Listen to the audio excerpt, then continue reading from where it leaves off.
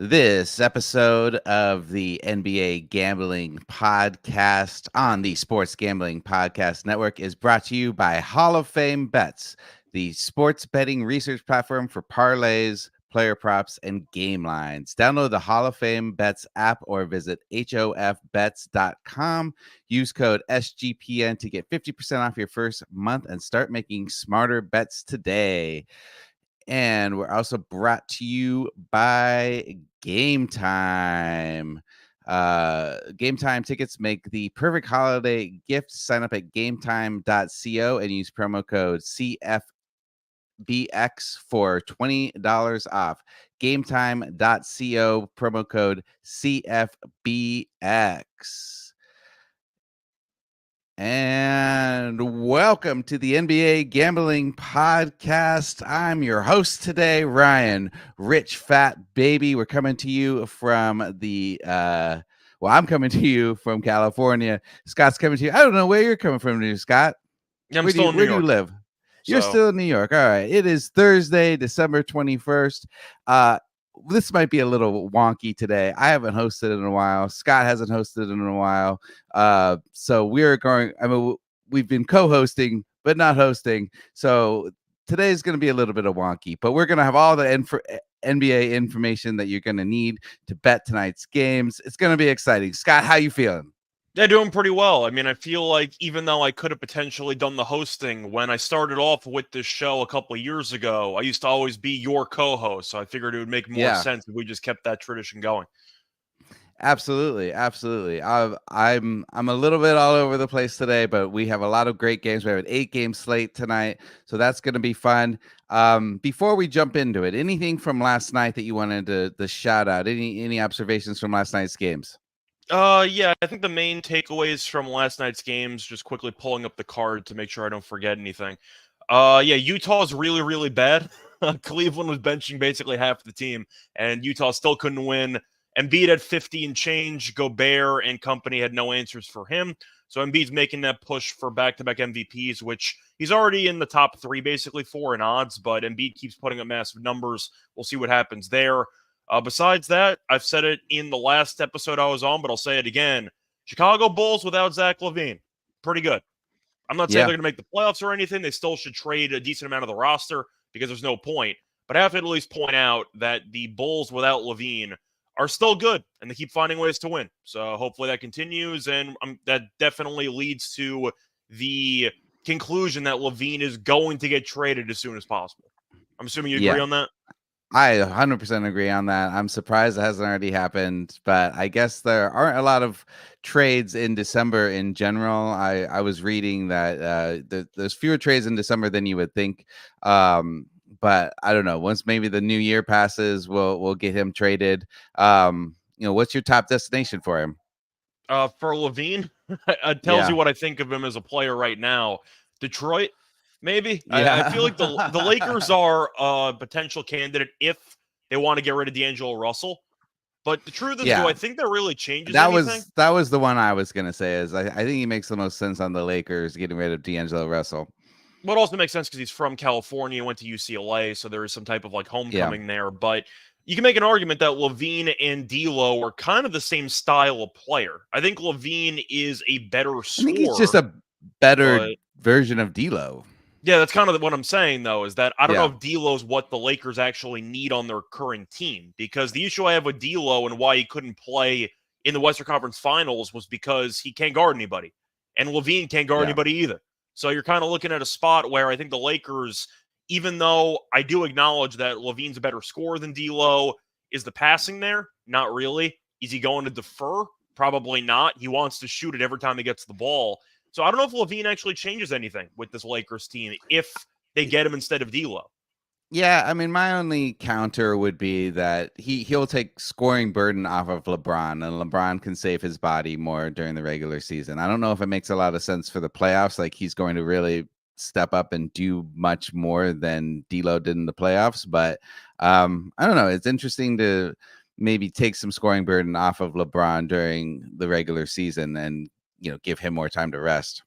I kind of just mentioned Detroit just because of the fact that it would seem like Detroit would be a team that would be able to accept the salary I'd say, Yeah. absorbing of his contract, because Detroit, we know, has a bunch of former top 10 picks or first round picks, and basically none of them panned out, at least so far. It's a bad player development. We'll see what happens, but I think people are automatically penciling LaVine in to go to the Lakers, but it would not shock me if Detroit potentially tried to get, I don't know, maybe some type of improvements to the roster, because the draft class isn't very good this upcoming year, and this team is Yeah. beyond bad. So would it shock me if LaVine went there for maybe some salary dump exchanges? Not really. I think that's a sneaky spot for him, but it tells you what to think about LaVine, because I don't think he's that much of a winning player. So Yeah. All right. Well, agree with you there. Let's jump into tonight's games, unless you have anything else to say about last night. the only other thing would be the late game. The Kings, not a great performance by them. Gave up 144 points to a Celtics team on a back-to-back overtime game in the first day of the back-to-back. Tatum didn't play. Horford didn't play. He gave up 144 points. So I've criticized the Kings earlier this year. My complaints still hold. I don't think offensively they have enough shot creators on the roster, but defensively, this team just doesn't guard anybody. And I feel you can kind of group three teams into the same category: the Hawks, the Pacers, and the Kings. I think the Hawks are the worst version, the Pacers are the middle, and the Kings are the best version. But all three of these teams are basically the exact same team. They go up tempo, they have an entertaining point guard who kind of controls the offense, and they can't guard anybody. And they're going to try to win games. So I think the Kings, even though they're a fun story, like the Beam, I get it. It's all fun and everything. But in the playoffs, I can't picture this team winning anything because they can't stop anybody from scoring. Yeah. Well, that's true. I mean, but we saw how the Pacers, I mean, I know you're talking about the Kings, but the Pacers did step up their defense when it got to the in-season tournament. Is there any world where the Kings could step up their defense at all during the playoffs? I mean, it's possible. We saw it last year at moments in the Warriors series, but when push came to shove, the defense just didn't hold for the most part. But they had a great defensive game. I think it was Game 6 in that series in Golden State before they got blown out in Game 7 at home. It's possible, but I still don't really like a decent amount of the Kings role players on that team. I'm a huge Malik Monk fan, so I think he's a very good role player. Of course, Fox is very good. Sabonis is very good, but in the playoffs, he does have some limitations. We saw it in that Golden State series. Sometimes he struggles to finish around the rim, doesn't exactly have much of a jump shot, so that can be an issue at times. But I do love those three guys with this core. The problem I have is the Kevin Huerters and the Harrison Barnes and some of the guys who kind of turn invisible at times, and I don't think their defensive upside is, I'd say, good enough with the current form of this roster that they need to make some moves. And now there have been some rumors the Kings might go after Markkanen or somebody else like that to help with the scoring. And maybe, once again, that goes back to what I said about them needing another shot creator. Is Markkanen a good defensive player? No, I don't think he's ever been viewed as being a good defensive player. So no, I feel like the Kings need to make multiple moves to improve the depth and the overall defensive identity of this team. And I get Mike Brown came from the Golden State background, and the offense is elite at times, like we know this, but in order to win playoff series, you're going to have to get some stops on occasion. And this team, as far as I'm concerned, just can't do that. Yeah. Agree with you. Are you more optimistic about their chances in the playoffs, or no? I'm no more optimistic than you. I was just playing I was just curious if you thought, playing devil's advocate there for a little bit, but I don't have much more to say about that. Let's get into tonight's games. First up, we've got a big stinker. We've got the Jazz -1 versus the Pistons. We've got a total on this, a 235. Got Monty Morris is out for the Pistons. Isaiah Stewart and Killian Hayes are both upgraded to probable. I'm seeing Jordan Clarkson. Good for him. Still in the league. Yeah, still somehow in the league. Somehow, yeah. Jordan Clarkson. Jordan Clarkson is out for the for Utah. What do you got going for this game? What are you thinking? So if the Pistons can't win this game, they might reach 30 in the losing streak category. If you look at the schedule, it's rough. Now, they play my Nets a couple of games in a row, so we'll see if the Nets could potentially push that losing streak to the brink of the record. But I might actually have to take Detroit in this game. I wanted to give faith to Utah. I really did, because I think this team is not good. I thought going into the year, they overachieved last year. I thought they'd be really bad. And I thought they would trade off a decent amount of the roster. But I thought last night, for example, I know they're bad on the road. Cleveland's benching the entire team. Like, they don't have anybody. Garland's not playing. Mitchell's not playing. Mobley's not playing. You're like, okay, maybe they can find a way to win this game. They can't even find a way to win that game. Like, Sam Merrill kills them, has 20-something points, and you saw the Jazz kind of lose comfortably in that game. Detroit's a really bad team. They're one of the worst teams I've ever seen. However, you're looking at the spot. Detroit knows they're on the verge of a losing streak to set the all-time record, and Utah's on a back-to-back, and they're a team in general that can't guard anybody and is really just not very good, and they're waiting to blow the entire roster up. I think that Sexton might be too good for the tank. He might get traded too. Markkanen's probably guaranteed to get traded unless they think they could sign him long-term, but it seems like Danny Ainge is fully committed to nuking the entire core, so we're going to see what happens there, but I'm going to lean to the Pistons here. I think the Pistons are a bad team, but they hung in there against Atlanta. This team can score. I know Cade had 40-plus last time out. If the Pistons aren't winning now, they might not win for another month. So I think that they're going to have to show up for this game, but maybe it's just the fact the line's so short. The team's lost 24 straight games, and the Jazz are only laying 1. The public will be all over Utah, but there's a pretty good reason why I think the Pistons are such a cheap underdog price in this spot. I'm going to lean to Detroit. I just think that this line's short for a reason. Utah's not very good. And if you're going to win a game sometime, this is probably the game you need to win. So I'm going to go with Detroit. Yeah, you know what? You're talking me into it here. I mean, the Detroit, they have a record of 0-8 and have only averaged 107 points per game against Western Conference teams this season. They've only covered 2 of their last 10 games, but they did cover their last game versus the Hawks, like you mentioned. Detroit against the spread this season, 9-17-1, but this is such a short spread that doesn't really come into play. Yeah, you know what? I'm gonna lean with Detroit too. Why not? Well, let's bet Detroit. They got to win one of these games. I'm not betting Detroit. I don't have that much courage. No, I'm just leaning. I'm no leaning there. Yeah. I'm not putting money on this either, but I might be a D-gen, but I'm not that much of a D-gen. Like, if the Pistons lose this game, they might lose 30 in a row. So they're going to have to show up at some point. It's a home game. All I'm going to say is it's a good spot to snap this losing streak. Are they going to do it? We'll see. But it's a good spot to do it. Yeah, what are you thinking on this total right now? I'm seeing that 6 of the last 10 Pistons games have gone over. They're a bottom 5 in defensive efficiency, allowing 117 per 100 possessions. But Detroit is a top 5 in pace, and Utah is a bottom 6 defensive efficiency. They're giving up a lot of points as well. 13th in pace. This feels like an over to me. Where are you going?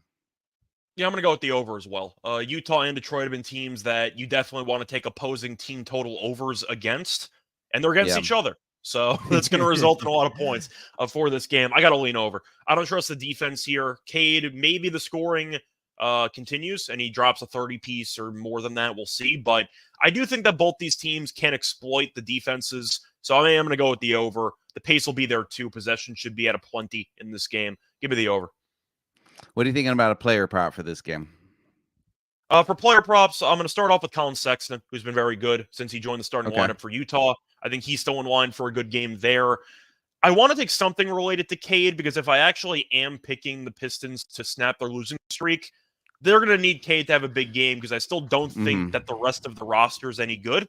So I think that Cade's in line for a pretty good game, maybe with PRA, maybe with points. That's probably worth a look. I'm trying to think of what else I want to go with for this game because there's not a lot of players that I think are extremely talented is the word I'll use for these rosters, but that's fair. I maybe wouldn't mind Olynyk assists if you want to go for kind of a sneaky play, since Olynyk has been a pretty good facilitator with this team. Sexton's been a good scorer, but him and Horton Tucker mostly look to score for themselves. They don't really set up teammates. I don't mind Olynyk maybe working with the bench unit there for assists as kind of a sneaky play. All right. I like that a lot. I'm going to take a quick break for a word from our sponsor, and we will be right back. We've got Underdog Fantasy. Underdog Fantasy has a way to play alongside your favorite fantasy players all season long: NFL, NBA, NHL, college basketball, and college football. Simply pick higher or lower on your favorite players' stats and fantasy stats and cash in. So watch along, make your picks, and maybe make a little cash over on Underdog's mobile app or website, underdogfantasy.com. When you sign up with promo code SGPN, Underdog will double your first deposit up to $100. That's double their first deposit up to $100. So that's Underdog Fantasy, promo code SGPN. All right, Scott, going over to our next game, we have the Pelicans -1.5 versus the Cleveland Cavaliers. We're seeing a total of 228. A lot of people sitting or potentially sitting in this one. Valanciunas is questionable with an illness. Cody Zeller, questionable with an ankle. Zion, questionable with illness. Herbert Jones, questionable with illness. Larry Nance is definitely out. Donovan Mitchell, questionable with illness. Is that like a holdover from last night? I mean, Garland is out indefinitely with a jaw injury. Mobley is out indefinitely with a knee injury. Ricky Rubio is out for a personal reason. So many people out. What are we thinking for this game, Scott? Out or potentially that's out? A great question. It's really tough when you don't know what the rosters are going to be, but Ingram's on the injury report. McCollum's on the injury report. I'm also not the biggest McCollum fan. It's been documented on the show. But I do think that New Orleans has more talent based on the current rosters. Not saying much. Cleveland, though, on a back-to-back. Maybe it's the spot where the Pelicans got embarrassed on national TV because they blew a 20-point lead or so to the Grizzlies. Mm-hmm. They lost via buzzer beater in a game they probably should have won. But the Pelicans are a psycho team. I've mentioned it a bunch on the show. I think I'm going to lean to New Orleans. I think it's a decent spot for them to get back on track, to be motivated after choking away that game on national television. There might be a pride thing. I think the Pelicans show up for this one. I don't expect Mitchell to play in this game. I don't expect anybody of Cleveland's basically original starting lineup to play besides maybe a role player or two, Jared Allen, for example. But I think I'm going to lean to New Orleans. I don't feel great about it, but I do think their overall roster, based on the injury projection, is probably still better than this Cavs roster. And they have a rest advantage. I'm with you on that. Yeah. Yes, I'll lean to New Orleans, but it feels like a preseason game. Yeah, it does, definitely. I mean, and these two teams, they feel like a little bit like they are doppelgangers of each other. One's the Eastern version of the Western team. I mean, these teams are 19th and 20th in pace. They're 9th and 11th in defensive efficiency. New Orleans is 13th in offensive efficiency. Cleveland is 18th in offensive efficiency. So they're right around the same kind of numbers, but with all these injuries, it's really hard to predict. I'm also going towards New Orleans. They've covered 6 of their last 10.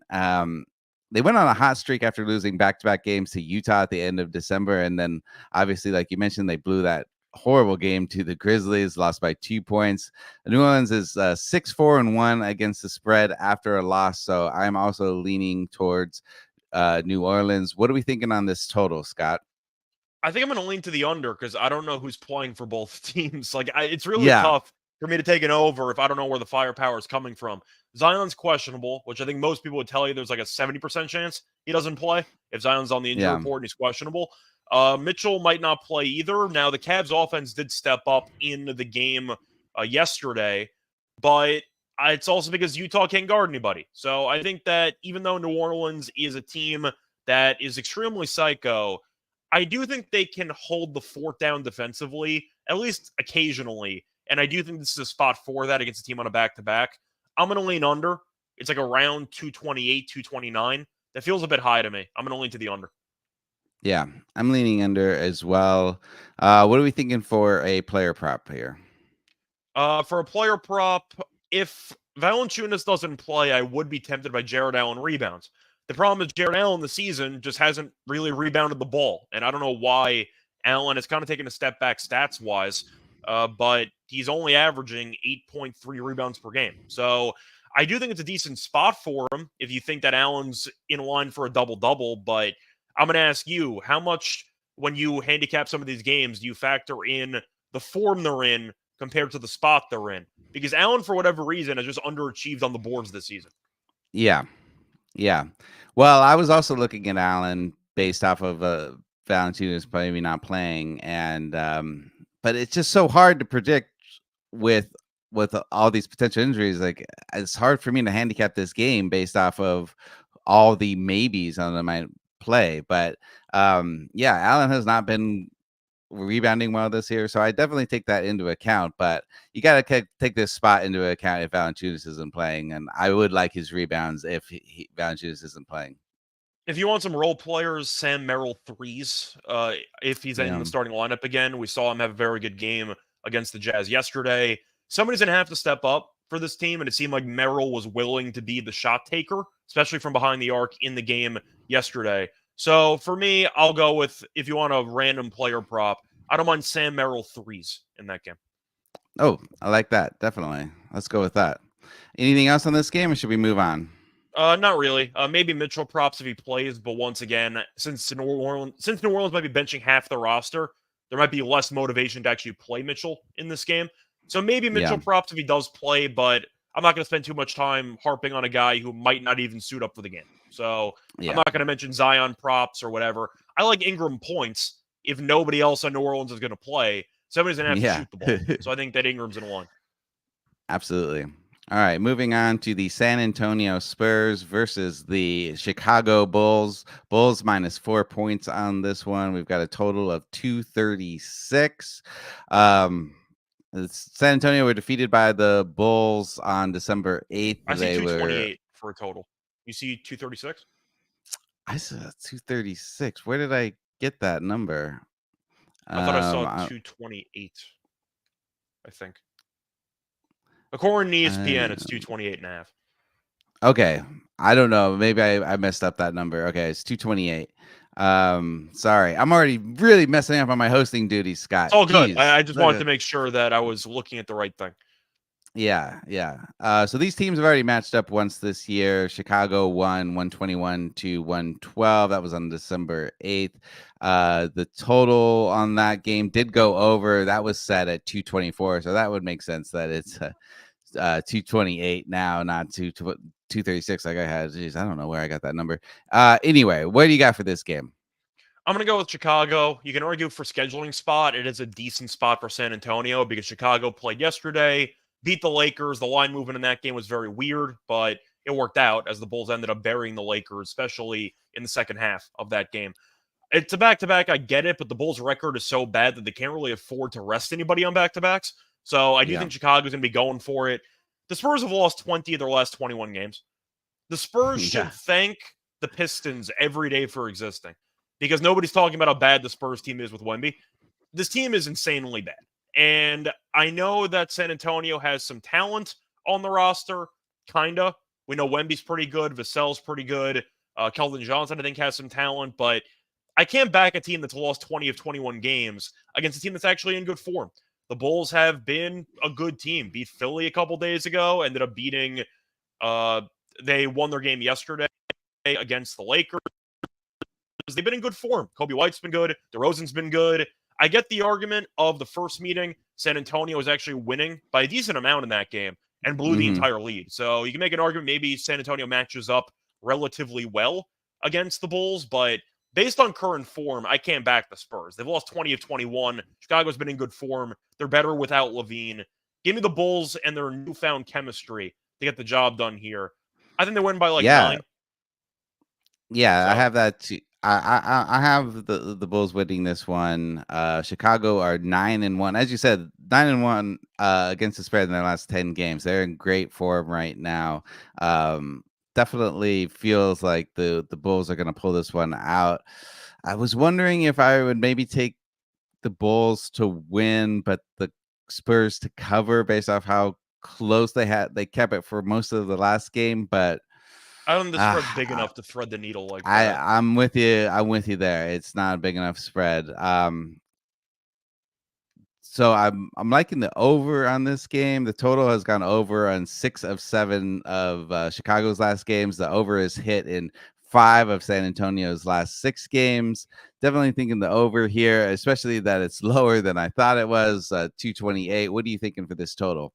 I think if I'm going to lean to the over, it would be the Bulls team total over because the Spurs can't guard anybody. So I think that's how I'm going to look at it. But the Bulls without Levine have been a better defensive team. So can I see a world where the Spurs once again struggle offensively on the road? Yes, I can see that happening. So I'm going to lean over in the game, but I'm mostly going to lean to Bulls team total over because I have more faith in the Bulls defense based on current form than the Spurs defense based on current form. So give me the Bulls team total over in this game. Yeah, I like that. I am going to go with a player prop right now. I'm going to go with DeMar DeRozan over 23.5 points against his former team. He's gone over this in 5 of his last 9 games. The Spurs are a bottom 5 team in defensive efficiency. In the 27 games he's appeared in this season, he's put up over 23.5 points in 10 of them. So like DeMar DeRozan here going over 23.5 points. What do you think about that? Yeah, I think DeRozan's in line for a good game. I actually think DeRozan assists might be a sneaky play in this one, but Kobe White's been good with his PRA. I see that's being mentioned in the comment section. Kobe White's been kind of an auto play at this point, and he's cashed in, I believe, 8 of the last 10. So I do like the over in that one. I do like Wemby rebounds if he does play in this game. It's going to be a relatively high number, but it is pretty warranted. His rebounding number is at 13.5, which might sound a bit scary. It's at basically even money. But for reference, in the first meeting against Chicago this season, he had 20 rebounds. So I do think he can hold his own against Vucevic and then some. But I do think looking at a spot where the Bulls might struggle with Wemby's length in this one, at least on the boards. So 13.5 might sound like a high number, but once again, he had 20 in the first meeting. I'm going to lean to Wemby over. His double-double is like minus 700. I think Wemby's going to basically pad his rebounding number since he's the starting center for this team. Give me Wemby over for boards. Wemby over for boards. Like that. Anything else in this game, or should we move on? I thought about Vassell points, but once again, I am kind of leaning to an under for... I don't want to say an under, but I don't like putting faith in the Spurs offense. I don't mind Keldon Johnson in this game. I feel like a lot of people are going to be on Vassell, which makes sense because he's been in good form. I think Keldon's been good. I think Keldon's a pretty good player. He had a solid performance against the Bucks. He goes to the rim. I think he might have a pretty good game. I feel like Vucevic offensively with his points can be an under candidate, which is kind of a sneaky look. I just wonder how he's going to look against Wemby, since Wemby has the length to really make life difficult for Vucevic to actually get shots over him. I think Vucevic might be in line for a decent rebounding game, but for points, I do think he might struggle in this spot. I'm just quickly pulling up Vucevic's numbers in the first meeting this season, because if I'm not mistaken, I believe he really didn't do that well when it came to scoring in the first meeting. Vucevic in the first meeting went 9 for 22, had 21 points. So he had over 20, but that was a bunch of volume attached to it, and the percentage wasn't very good. So if you think that Vucevic takes a step back in terms of attempts, I do question how effective he's going to be. And under for Vucevic might be a sneaky play. Like that. Okay, we're going to take another break from a word from our sponsor and be right back. Game Time is the place for last-minute ticket deals. Forget about planning months in advance. Game Time has deals on tickets right up to the day of the event. Get exclusive flash deals on tickets for football, basketball, baseball, concerts, comedy, theater, and more. The Game Time guarantee means you always get the best price. If you find tickets in the same section and row for less, Game Time will credit you 110% of the difference. It's the fastest growing ticketing app in the country for a reason. So snag the tickets without the stress with Game Time. Game Time tickets make the perfect holiday gift. So download the Game Time app, create an account, and use the code CFBX for 20% off your first purchase. Terms apply. Again, create an account and redeem code CFBX for $20 off. Download the Game Time app today. Last minute tickets, lowest price guaranteed. And we're also brought to you by Hall of Fame Bets. Win bigger by betting smarter this NFL and NBA season with Hall of Fame Bets, the sports betting analytics platform for parlays, player props, and game lines. Research every NFL, NBA, and soccer bet with historical stats and data. So stop betting in the dark and join over 30,000 users researching with Hall of Fame Bets to craft more intelligent, data-driven parlays. Download the Hall of Fame Bets app or visit HOFBets.com and use code SGPN to get 50% off your first month today. Start researching and start winning with Hall of Fame Bets right now. All right, we are back going to our fourth game of the night. We've got the Pacers, Indiana Pacers versus Grizzlies. Grizzlies -2. Wait, I got that wrong. What's the line on this game? I saw mostly around like 4.5. That's what I was like. Yeah, and I'm seeing a total of 2. Oh, sorry, no, it is down to 2.5. It was 4.5. Now it's down to 2.5. What is going on? Is it because multiple people are sitting or what? Well, the Grizzlies have been banged up for a while, but it could just be an argument of, well, maybe the Pacers are just a more talented team. I feel like the Grizzlies, I don't want to fully just jump into the handicap because I know you're going to read off the injury report, but Marcus Smart might be returning, which doesn't really explain why the line would move in favor of Indiana. And the main argument is the Grizzlies are still a 7-19 team. Now, they are better with Ja. They were pretty fortunate to win that New Orleans game, but Indiana is a playoff team right now. So it does seem like it's a spot where the Grizzlies were getting Ja back for the first home game, and maybe the markets initially overpriced the Grizzlies because of it. Maybe. Yeah. I think that's what you're saying. I'm seeing. I mean, we know Steven Adams is out for this season. I'm still seeing Marcus Smart as being listed as out, but you saying that he might come back this game?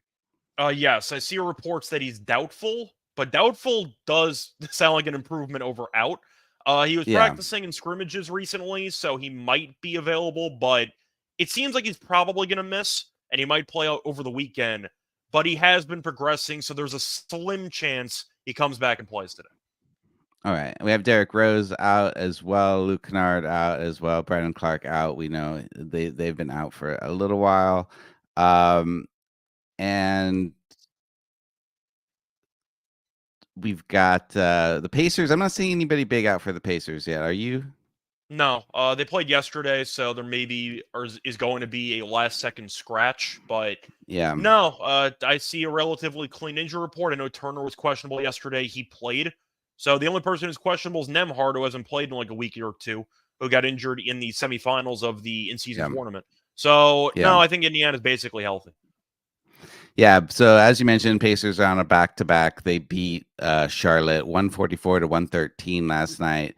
Before that, they looked like they were reeling a little bit after the in-season tournament finals loss. They lost 4 straight, only covered once in 6 games. They covered last night, so it's been twice in 7 games so far. This is the first time these two teams have played this season. The Pacers, oddly enough, haven't beat the Grizzlies in 2 seasons, but these are 2 very different teams than those teams that have played the last 2 seasons. So what do you handicap in this game as? Yeah, in the Pacers' defense, the Grizzlies used to be good for the last 2 years. Yeah, so it's a little bit different, exactly. But it's a great spot if you want to go for the Grizzlies at home at a relatively cheap number. However, I still don't think this team is very good. Now, Ja's going to help this team scoring-wise because I don't think that Bane is a number 1.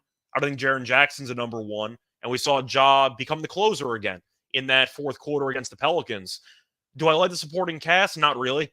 I think the roster itself is fine. With Ja, they're potentially, if they started the entire season with Ja, assuming the suspension didn't happen, they might be a play-in team. Maybe like a 5 or a 6 seed. I was never high on this team. I'm not a big Marcus Smart guy, but in general, they still have a lot of injuries to some guys who would be normal rotation players. And I do think that Indiana is the better team on paper. Now, I can't account for the scheduling spot for Indiana because it's a back-to-back with travel. And you're looking at Memphis having their first home game for Morant in basically 8 months. So it's a great spot for Ja and the Grizzlies emotionally to have a big performance, which is why you do see Memphis being favored in the spot. Am I shocked money came in on Indiana? No, because I think Indiana's the better team based on what we've seen so far. It's really tricky to not immediately overreact to the Grizzlies, who've played one game with John Morant, and they were down by basically 20 in the first half. Yeah. So it's a spot where I do think the Grizzlies are probably going to win this game. I think that they're going to end up getting a big performance from Ja. Indiana, we know, can't guard anybody.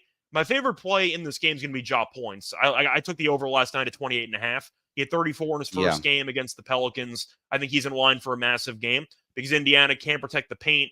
They give up the most free throw attempts per game. That's what Ja wants to do. He wants to get to the rim. He's going to force contact and potentially get to the line 10-plus times. So I am going to lean to the Grizzlies in the spot at home. They're 1-11 at home. They're not this bad. Like, I do think that they're going to be improving with Ja back in the lineup. Maybe I'm just skeptical of Indiana because I know defensively this team brings nothing to the table. The Kings are a much better defensive team than the Pacers, which tells you my thoughts on the Pacers' defense. But I'm going to lean to the Grizzlies. I like the over in this game. I see a track meet. We saw last year the Grizzlies ranked, I think it was 8th in pace. This year they've been a lot slower because they don't have Ja. So they were playing a lot slower. They're going to open up a bit more because we know Ja's a one-man fast break. The over is my favorite play, but I am going to lean to Memphis. I think it's a very good emotional spot for a bad team to kind of show out at home a bit against a team on a back-to-back. Give me the Grizzlies in the over. Yeah, as you mentioned, Indiana is back on a back-to-back. They are 1-3 against the spread on back-to-backs this season. I'm leaning towards the Grizzlies as well with Ja. I think he's going to pick up the pace. Although, are you worried that if Memphis tries to play at a faster pace, Indiana might just run them off the floor because they've been doing that all season? I feel like, once again, the argument is Indiana's had an issue running anybody off the floor because they still allow a bunch of free baskets on the other end. The thing is, do I think Memphis is voluntarily going to slow the pace when Ja wants to be in the fast break wants to be on the fast break anyway? Probably not. I think they just tell Ja, enjoy, have some fun. We're at home again. I think they're going to show out. So I do think maybe in the fourth quarter of the game, they're going to try to slow it down. I don't think Indiana's a bad half-court offense. They're just better in transition. But that's kind of why I like the over. I just expect the Grizzlies to play faster. I think the Pacers are going to obviously love to play fast. And I think you're going to see a track meet. So maybe at moments in crunch time, you're going to see Memphis slow the pace. But for the most part, no. I see a pretty free-flowing game where both teams shoot the ball quickly, a lot of opportunities in transition, and a bunch of massive stat lines. So I'm going to lean to the over. Yeah, I'm leaning towards the over as well. 10 of Indiana's last 14 games on the road have gone over. Now, Memphis, 10 of their last 14 games have gone under, but as you mentioned, that was before they got Ja back, and he's going to pick up the pace. So I'm going over. I'm leaning towards Grizzlies as well. You already mentioned Ja for points. That's the player prop I had down as well. What do you have? Any other player props for this game before we move on? I thought about maybe taking Ja. I thought about triple-double if you want to go for the insane game, but the price is too cheap. Price is too cheap, though. It was like 10-1. And he's played one game in 8 months. Like 10-1's a bit cheap. That should be a lot higher, but when you play the Pacers and the total's that high, the number's going to be inflated. Halliburton assists is kind of an auto play at this point because he's just getting basically 12 or 13 every game. I don't mind Halliburton under for points. He's been injured recently. He really doesn't shoot the ball that much. And I actually took an under for Halliburton points against the Lakers in that in-season tournament final. He's very selfless, which is a good quality to have. But he doesn't go to the foul line. He doesn't really attack the rim. He mostly shoots a bunch of threes. And if your points prop is in the 20s and you really don't do much to actually get some free points at the free throw line, it's very difficult to get to a decent point total if you're relying solely on three-pointers. So I do think it's a spot where Halliburton, once again, maybe finishes with like 18 and 15. But I do think his point total, based on recent form and the injury that he's probably playing through at this point in time, it's a little bit high. I'm going to lean to the under on Halliburton points. Under on Halliburton points, over on Jaws points. Not going to touch the Ja triple double because it's priced. It's priced crazy. Anything I else? see Or are we Jaws up to moving 30 on? and a half points already. So that line's been absolutely steamed overnight. Yeah. All right, moving on to the Orlando Magic versus the Milwaukee Bucks. I'm seeing Bucks -7. I'm seeing that number at 236. Did I have copied that number wrong? Are you seeing that too? Yes, I see that at 236. Okay, I must have copied that on the wrong game when I was doing that earlier. Seeing Joe Ingles is questionable. Markel Fultz downgraded to out. Jalen Suggs is questionable. And for Milwaukee, I'm seeing Jay Crowder out, and Giannis is questionable with a foot injury. What is going on with this game? For me, Scott? on the overnight, I lean to Milwaukee because I think Orlando's a team that I was a fan of, and I think they still can win the division. But every now and then you see a team that you had decent expectations for. They overachieved those expectations, and you're kind of waiting for them to fall back down to earth. It does seem like Orlando is starting a little bit of a downswing. Having said that, Giannis is questionable. This team defensively is a mess. Milwaukee is. So I'm going to lean to Orlando. I like Milwaukee if Giannis plays, but I can't really I can't take Milwaukee without knowing for sure if Giannis is going to suit up. And I know Giannis had a pretty quiet scoring game against San Antonio. He had a monster triple-double in terms of rebounds and assists.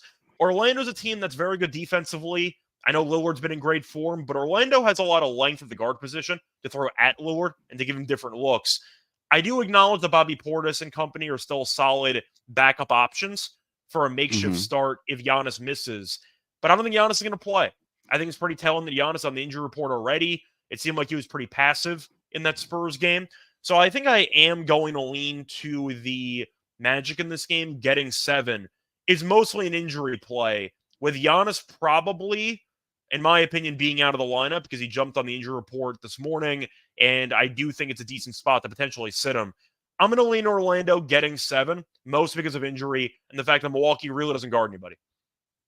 Yeah, I'm leaning Orlando as well. Orlando did beat the Bucks on November 11th, 112-97. Orlando hasn't been as good as late. They're only 2-6 against the spread in their last 8 games. But I'm with you. Like, if Giannis is already popping up on the injury report, then I'm thinking that he's going to sit, and I'm going to. The Bucks have been good in December, 7-1, but without Giannis, they're not the same team. So I'm gonna lean towards Magic plus the points as well. Grab that now, because if Giannis definitely sits, I would say that that number might come down a little bit. Yeah.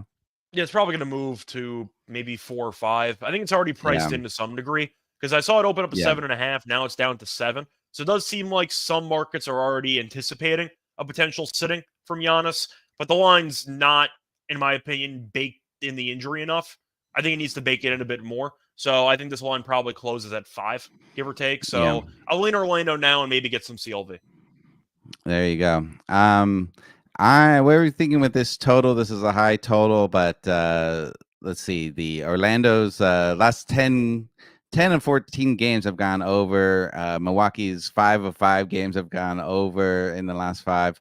What are you thinking for this total? I'm looking at the over here. I think I'm actually going to lean under. The first meeting was an absolute rock fight. Orlando won 112-97. And if Giannis is not going to play, I do think Orlando's got the, I'd say, defensive intensity to make Milwaukee struggle. If they force Lillard into even a mediocre shooting night, I just have some questions about how the rest of the team's going to step up.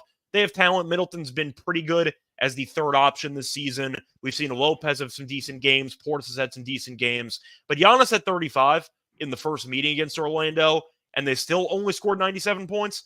I think I'm going to lean under.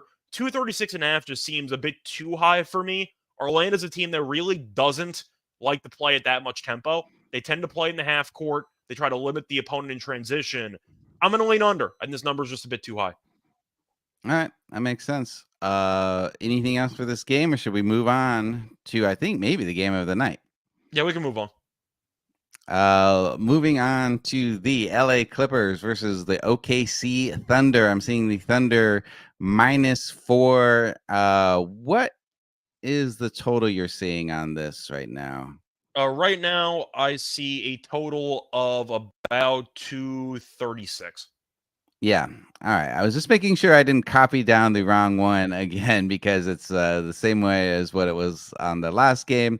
I'm seeing Paul George is questionable due to illness. Mason Plumlee is out. Bones Highland is questionable with a knee injury. I'm not seeing anybody big out for the Thunder. These two teams haven't played yet this season, but they are both red hot. Clippers 5-0 against the spread in their last 5 games. What are you thinking, Scott, on this game? I'm really excited to watch. So I had a YouTube play on the Clippers last night, or I should say 2 nights ago, because I gave them out against the Mavericks. They got it done. They blew a 22-point lead, but they held on to win in the end. But the Yeah. Clippers have been the hottest team in the league. They've won, I believe it's 9 straight at this point. They've been really, really solid, and they look extremely comfortable with each other. Now, I do think it's a bad scheduling spot. You had a physical game against Dallas, and now you're traveling to OKC. OKC is a team that plays very up-tempo. They play a bit of small ball with Chet at the center, and I do think that can give some problems to the Clippers because I do think that the Clippers defensively have looked better than I anticipated with Harden and Westbrook and company. But Paul George is battling an illness. We'll see if he plays or not. I saw Kawhi take a bit of a spill in the fourth quarter of that Mavericks game yesterday. It would not shock me if Kawhi was a late scratch. For Yeah. me, I think it would actually make some sense in this game if Paul George played on the back-to-back and they sat Kawhi. They just swapped the two of them. It wouldn't totally shock me if that was the approach the Clippers have had. I'm going to give the Clippers props, though, because A, they've looked really good with Harden over the last couple of weeks. B, they really haven't load managed anybody. They've been pretty solid at consistently playing players. And I do think it's a decent rest spot for Kawhi since he did take that spill that he had late in that game. Didn't seem to impact him that much, but he was on the ground for like 20 seconds or so, kind of rolling on the floor. So it wouldn't shock me if they gave him a bit of a rest in this spot. I'm going to lean to OKC, though. I love the over in this game. I see a lot of points because the Clippers' offense has been lethal over the last week and change. But I do think it's a bad spot for the Clippers. I think you're going to see them potentially have some tired legs in the second half. But I do think, once again, the Clippers are a very good team. I think they're going to play with the injury report a little bit closer to game time. And I think it's pretty telling the Thunder are laying 4 against a team that's won 9 straight. So I'm going to lean to the Thunder in the spot. I love the over in this game. Shea points. I don't mind Chet rebounds, maybe Chet blocks in this game. But I do think that the Thunder are in a pretty good spot to win this game. I'm going to lean Thunder, but I'm also going to lean to the over. Yeah. Well, I mean, the Clippers are red hot, but OKC have been red hot as well. 14-5-1 against the spread in their last 20 games. They're actually the best team in the league right now against the spread, 17-7-1 on the season. I'm with you. I like OKC here at home, minus the 4, especially with the Clippers on a back-to-back. I do think that OKC gets it done here. And I like the over to go over as well. Yeah, like I do think that could be a good up-tempo game. Both offenses have been lethal, scoring a lot of points. What are you thinking on player props here? So blindly Shea points. If I like an over and I'm picking OKC to win, that means Shea's in line for maybe 35 or 40. He is against his former team, so we'll see how that goes. But I do think that Shea's going to have a massive game. I see a comment talking about Chet blocks at 2.5. I actually like that quite a bit. I think Chet's in line for a pretty good block game here. Harden, we know, can take some step-back threes, but he's also not afraid to attack the rim. Kind of the same with all the star players on the Clippers. They can shoot jumpers, but they do like to attack the rim. Westbrook, we know, is not afraid of questionably challenging opposing big men and maybe getting a shot punted on occasion. I don't mind Chet blocks. We've seen him have massive block games recently. It does seem like a spot where Chet can have a solid imprint on this game defensively. I'm going to look for I'm going to look for Chet blocks.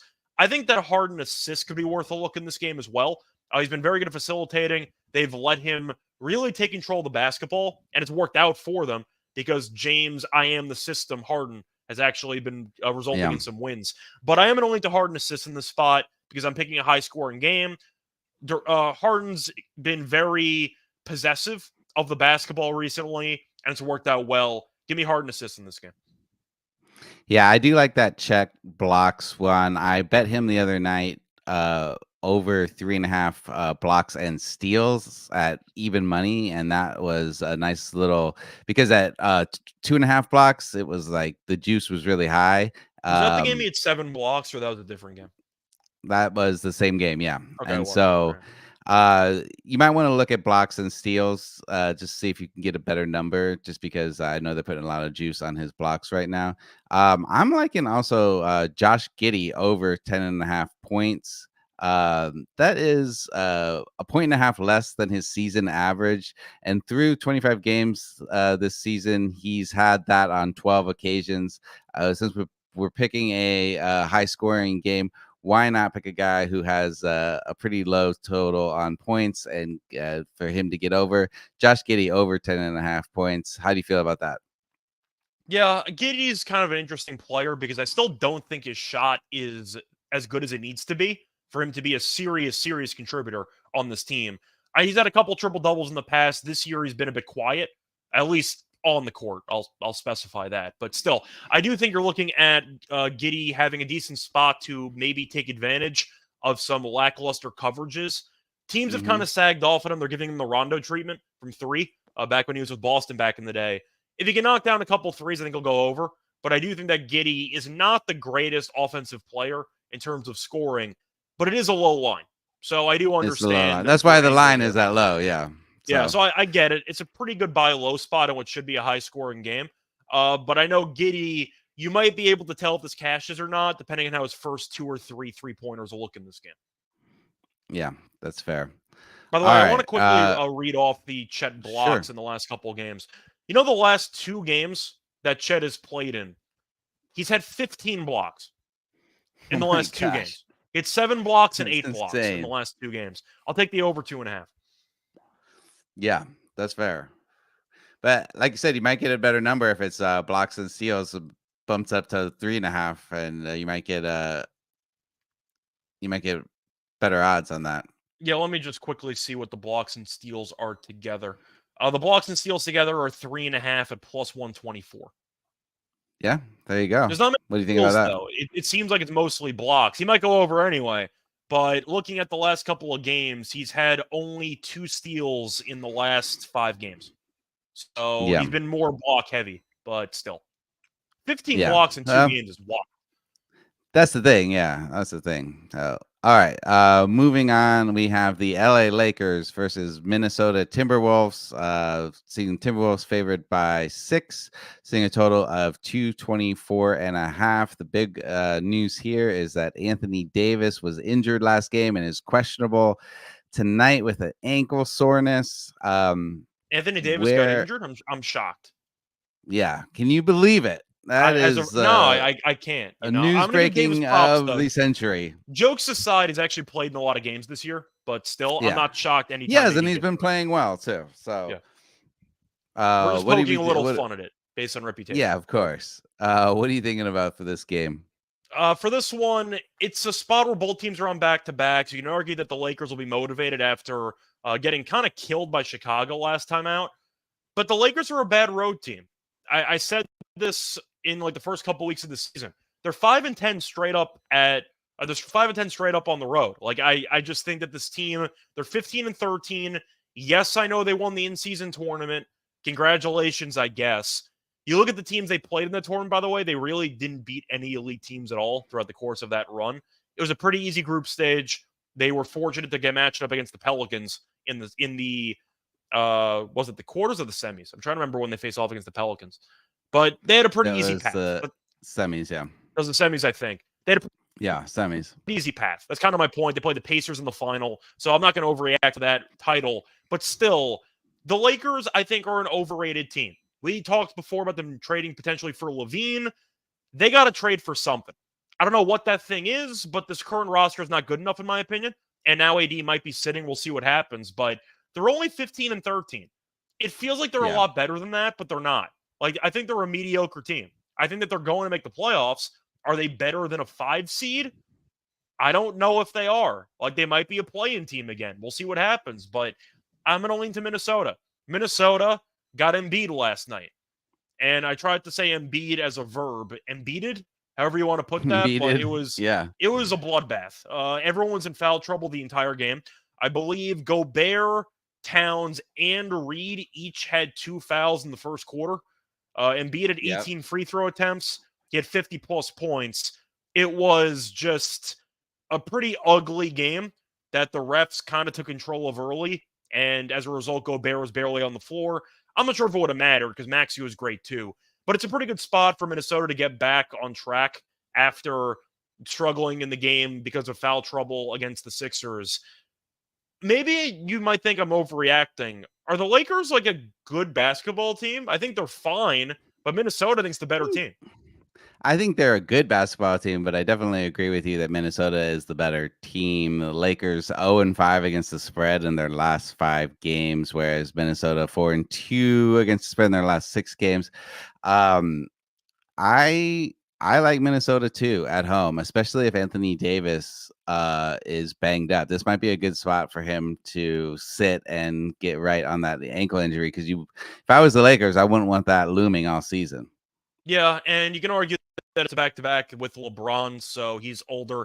He hasn't shown any signs of slowing down, but still, I do wonder if you're looking at a spot where LeBron is going to be a bit passive. Maybe we'll see them look a little bit flat with travel from Chicago to Minnesota.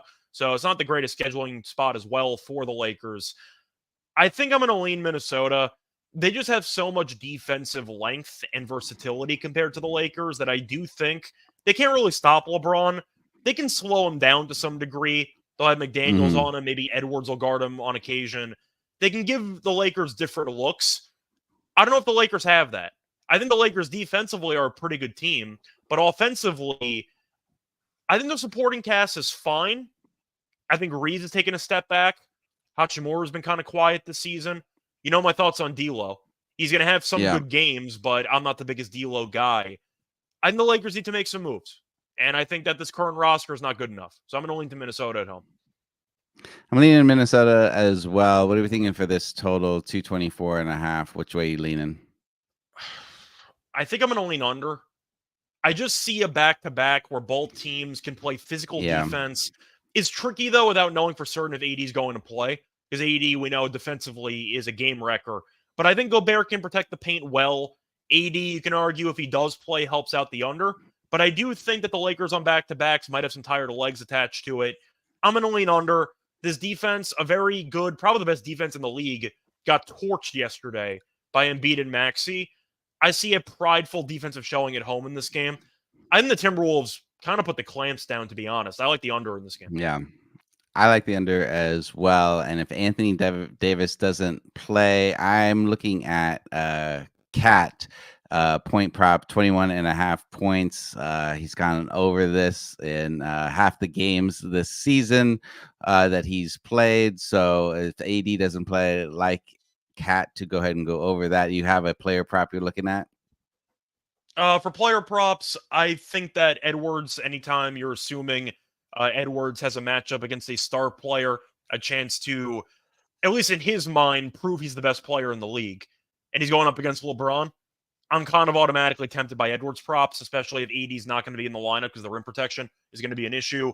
If AD doesn't play, I think I have to like LeBron rebounds in this game. We've seen LeBron have some massive rebounding games this season. Maybe some stat padding involved. I'm not going to criticize him for it. The player props cash the same. But if AD's not going to be there to hog 15 rebounds, that's a lot of opportunity. I do think that LeBron rebounds is worth consideration. All right. Like that. All right, moving on to our last game of the night, the 8th game of the night. And I don't even really care about this game at all, but we have to do it because we do every game. We've got the Washington Wizards versus the Portland Trailblazers. Trailblazers -3.5. I'm seeing a total 241. Only player I'm seeing out, Shaden Sharp, is downgraded to out Thursday with a groin injury. By the way, we have a sound effect for this game. There you go. I don't even know how much we want to talk about this game. We can move on. It's a fun game if you want to go for some player props. Total's like 240. It's a fun game to bet on if you want to go for what do you props. got, Scott? Handicap this game, but let's do it fast. All right, I'm going to lean to Portland. I think Portland is a bad team, but they've been playing better lately. They had a nice comeback win against the Suns. They got healthier. We saw Brogdon come back. We've seen Sharp's questionable, but we saw Jeremy Grant come back. We've seen Simons have a pretty good showing recently. He's a chucker, but he's been pretty good recently. The Wizards are the Wizards. Like, we know what this team is. Yeah. They've been healthy all year, and they still suck. At least Portland had some injuries attached to it, so they had some excuses. But Portland's playing better. Scoot Henderson's been pretty good recently with assists. Yeah. He's had a rough start to his rookie season, around. but he's kind of played better. He's starting to come around, yeah. Yeah, I'm going to lean to Portland. I'm leaning to Portland as well, yeah. They're not a good team, but they're playing a lot better than the record indicates.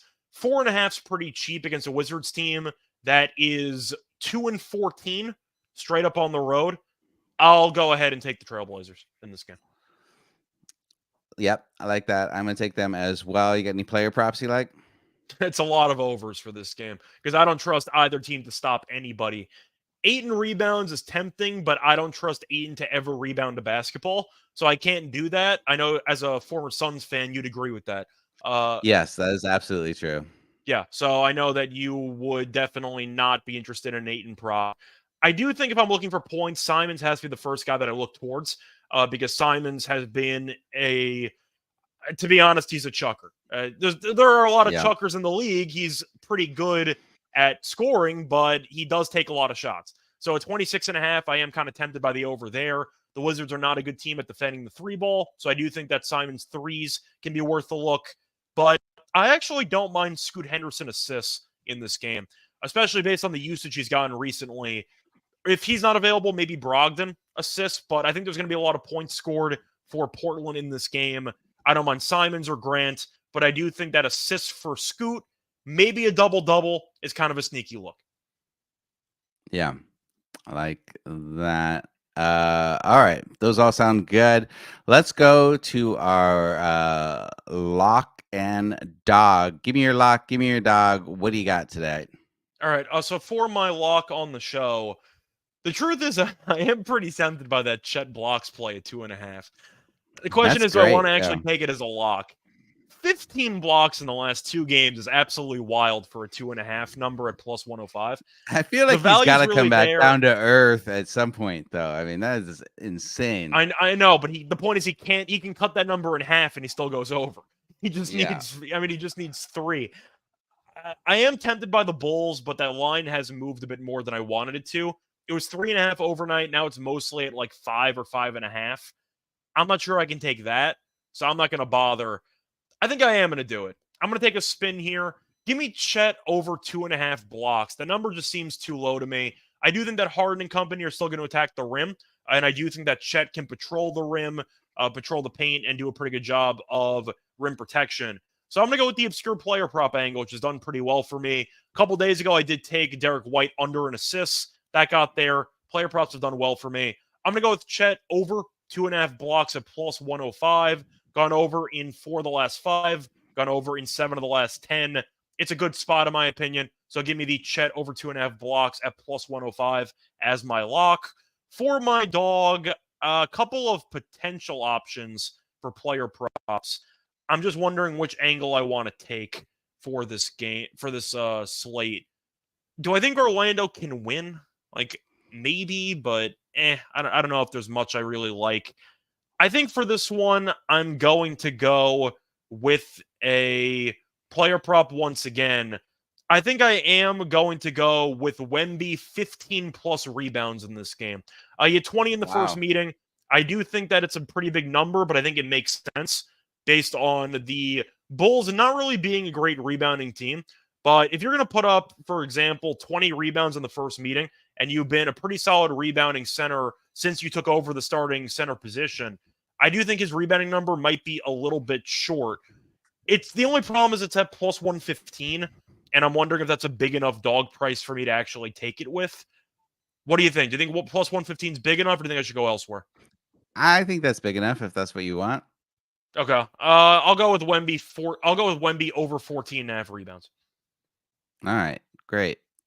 For my lock, I am going to take Minnesota versus the Lakers -6. I like Minnesota a lot here. I think they're going to be a prideful bounce back team for this. They've been one of the best teams in the league so far, and the Lakers, I think, are a little more fraudulent, like Scott said. So, especially with Anthony Davis probably sitting out, and who knows if it's a back-to-back, maybe LeBron too. But I think the Timberwolves -6, and then for my dog, I'm going to go ahead and go with it. You mentioned them, but then decided not to take it. I'm going to take the Magic to win outright versus the Bucks.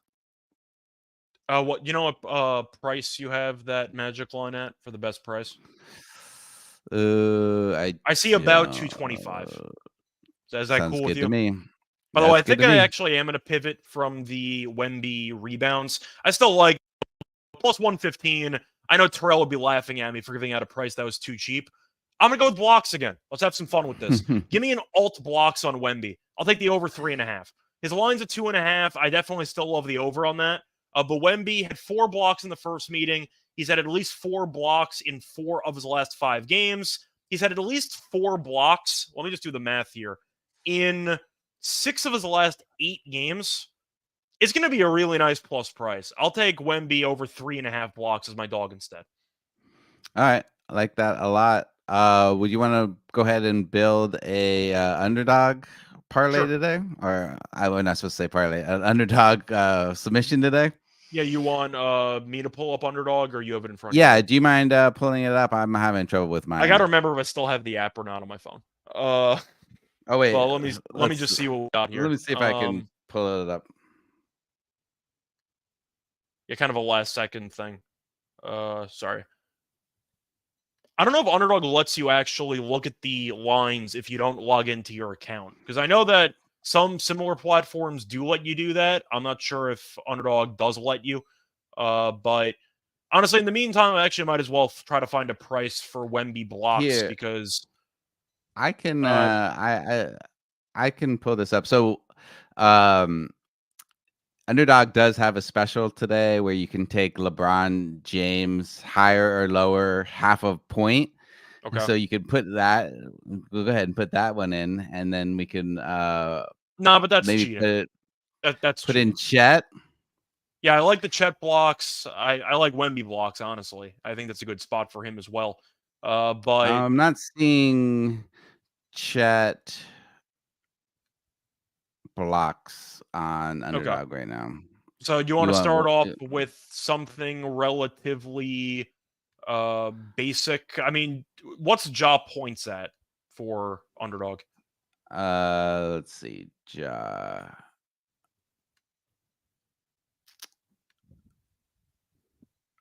We have Ja at 30.5 points.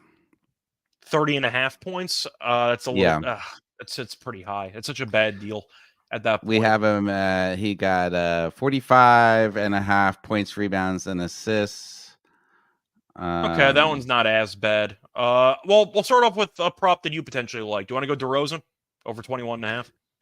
Yeah, let's see what he's or higher than 21.5. Yeah. He's at 22.5 on here. What do you think? Is that's it's always annoying when they add a point. When you handicap a certain line and there's just not the line available to you. All right. You want to go ahead and I'll just start with DeRozan higher, 22.5? Sure. That's fine. Against his former team. Right. I think he shows up for that one. I like shape points. Right. So I'm curious how tall that number is going to be, but I think he probably drops 35 in that spot. Okay. I'm still trying to find an alt line on Wemby blocks. Unfortunately, most books have cut it off at 3. They're going to open it up to 3.5 at some point. But you like Shea 32.5 points? Yeah, I think he goes over. I think he goes. I think he goes higher than that number. Okay. One more. You want to check out Wemby? Any props that caught your eye initially? Do you want to go Wemby rebounds? Wemby rebounds 13.5. Sure. Yeah, 20 in the first meeting. All right. So we've got DeMar DeRozan over 20 or higher, 22.5 points. Wembayama higher, 13.5 rebounds. And Gilgeous Alexander higher, 32.5 points. That for $100 will win you $600. So there you go, $100 entry. All right, thanks so much everybody for sticking with us through this 8-game slate. Thank you so much, Scott, for sticking with me. Sorry if I was a little off tonight. No, My it's first solid. time hosting in All a long time. So everybody will be back tomorrow, same time, same channel. So look forward to seeing you then, and let it ride.